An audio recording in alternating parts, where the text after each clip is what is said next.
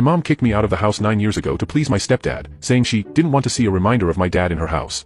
Now that I'm about to have my daughter, she comes back and says it's my obligation to name my daughter after her as a tribute. Mind you, we hadn't spoken in 9 years, so it was definitely weird. She didn't ask anything about me and just jumped straight into talking about my daughter. That's when, out of nowhere, she told me she'd always dreamed of having a granddaughter named after her and was happy her dream would finally come true. I asked her what she was talking about, and she said, obviously, I was going to name my daughter after her.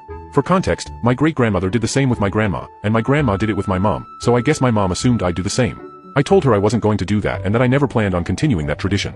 She asked me what I meant and if I already had a name picked out. I said no, just that I didn't want to name my daughter after her because she didn't mean anything to me anymore and hadn't been my mom for a long time.